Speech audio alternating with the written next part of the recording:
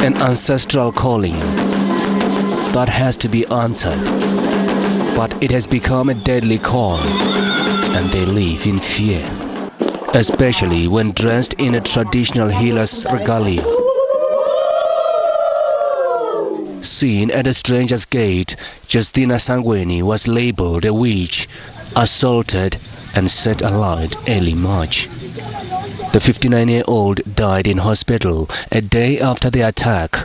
She had been diagnosed with schizophrenia, but due to superstition, Sangweni was killed. And Mama was not even given an opportunity to tell these people where she comes from, because she asked to give them her phone numbers. They refused. They insulted her. They kicked her. Good video. She was not threat to anyone. But these guys continued. Persecuted for wearing traditional healer's attire, Sangweni should still be alive. Two of her alleged killers briefly appeared in court. Taelo, Dipholo and Collen Sello's bail application was postponed to early next week after the latter's attorney failed to pay on time. We don't have closure, and I don't think we would have closure until such time the guilty people are arrested.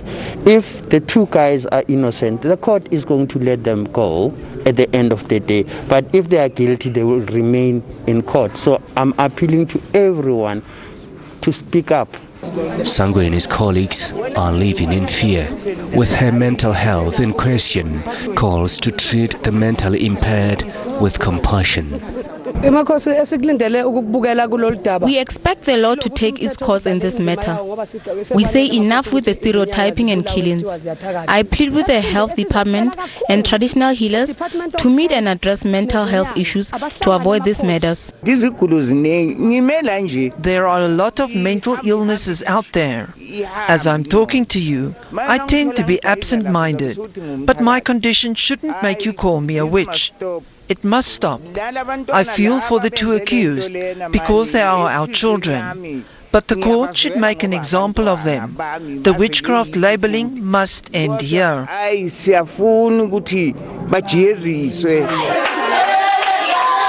a spiritual journey for which they have been damned, but it must be corrected.